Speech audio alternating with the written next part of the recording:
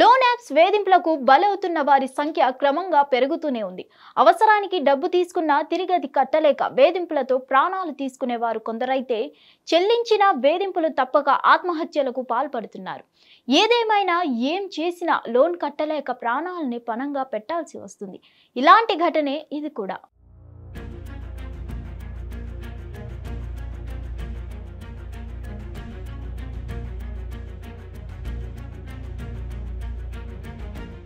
కొత్తగూడెంకి చెందిన శీలం మనోజ్ అనే యువకుడు దుండిగల్ ఏరోనాటిక్ కాలేజీలో బీటెక్ థర్డ్ ఇయర్ చదువుతున్నాడు. ఇటీవల లోన్ యాప్ ద్వారా మనోజ్ లోన్ తీసుకున్నాడు. కొన్ని ఈఎంఐలు కట్టాడు. ఇంకా ఈఎంఐలు కట్టాల్సి ఉంది.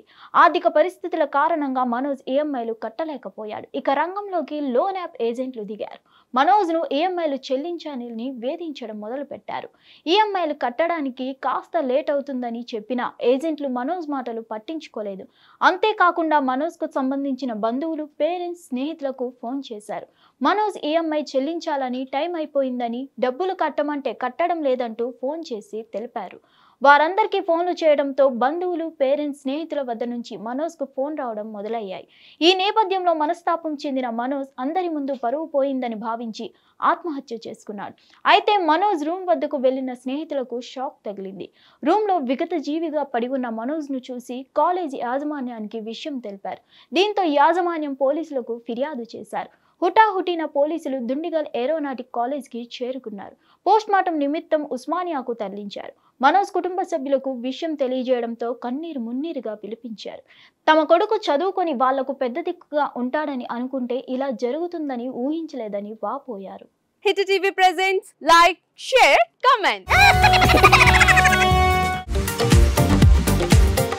టీవీ వాళ్ళకు కూడా నేను ఒక సర్ప్రైజ్ ఇద్దాం అనుకుంటున్నాను. మీరు మాత్రమే జెస్సీ ఎందుకు అయ్యారు? ఇలాంటి అమ్మాయిలకి పిలవడానికి బాగుంటుంది. చందు సాయికి like you and have a జనాలకి ఒక పేరు నచ్చిందంటే దీనికి ఒక ప్రాసెస్ ఉంటుంది. ఎందుకు ప్రాసెస్ డైరెక్ట్ వెళ్ళిపోదాం. ఏదైనా ఒకటి మర్చిపోయినావా నువ్వు? ఏం మర్చిపోయావు? ఏదో ఆ టైంకి మన సుడి బాగుంటే ఎవరన్నా చూపిస్తే రాయగలం కానీ డోర్ టు డోర్ సేల్స్ చేసేవాళ్ళు. శారీ వస్తుంది, శారీలో వెనకాల కట్టుకుని